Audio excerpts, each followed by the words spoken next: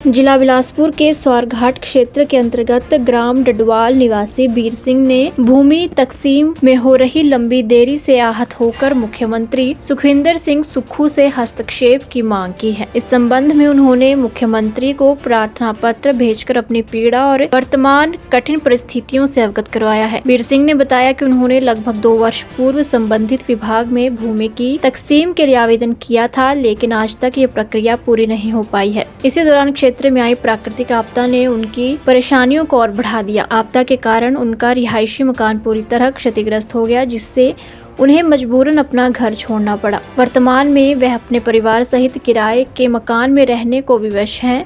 उन्होंने मुख्यमंत्री से मानवीय आधार पर मामले को गंभीरता से लेते हुए संबंधित विभाग को भूमि तकसीम की प्रक्रिया जल्द पूरी करने के निर्देश देने की मांग की है, ताकि उन्हें आपदा के बाद राहत मिल सके।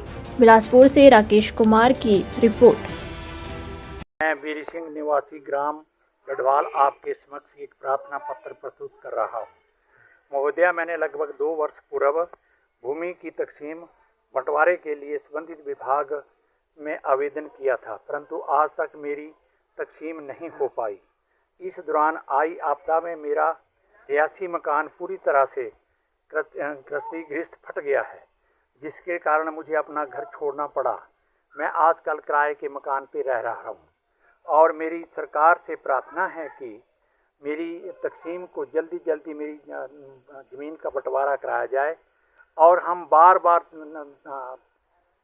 महकमे के चक्कर लगाए, रेवेन्यू के चक्कर लगा रहे हैं, और वहाँ एसडीएम ऑफिस है और तहसीलदार है और नायब तहसीलदार है, तो वो इसकी तरफ कोई ध्यान नहीं देते हैं। मेरी सरकार से प्रार्थना है कि मेरे को अभी तक पैसे भी नहीं मिले हैं, पर मेरे बच्चे को कहीं रह रहे हैं, को कहीं रह रहे हैं। मेरी एक ही तमन्ना है कि मेरी ज़मीन अगर अलग हो जाए, तकसीम हो जाए, जहाँ मुझे अपनी मिल्कियत मिलेगी, जहाँ मेरे को पक्की जगह मिलेगी, वहाँ मैं अपना घर बनाना चाहता हूँ। तो मैं सरकार से बार प्रार्थना करता हूँ। मैं बिलासपुर में सीएम साहब भी आए थे, तो वहाँ भी मैंने एप्लीकेशन दी है कि मेरी ज़मीन की बंटवारे की तकसीम का जल्दी काम करवाया जाए और रेवेन्यू को आदेश दिया जाए। जबकि मुख्यमंत्री ने कहा है कि 9 महीने के अंदर बंटवारा होगा, और नहीं होगा तो उस स्टाफ के ऊपर या रेवेन्यू के ऊपर कार्रवाई की जाएगी। मेरा जिलादास महोदया से, एसडीएम महोदया से और सरकार रेवेन्यू से भी मेरी प्रार्थना है, सीएम साहब से और रेवेन्यू मिनिस्टर से भी मेरी प्रार्थना है कि इस पे मेरी जो भी मेरे साथ बहुत सारे लोग लटके हुए हैं, मैं तो 2-2.5 साल से लटका हूँ। वहाँ तो अभी 4-4, 5-5, 6-6 साल के स्वारघाट में बंदे लटके हुए हैं, कोई उसमें सुनवाई नहीं करता। रिटायर को अनगोल गाया गया है और वो किसी की बात नहीं सुनते हैं।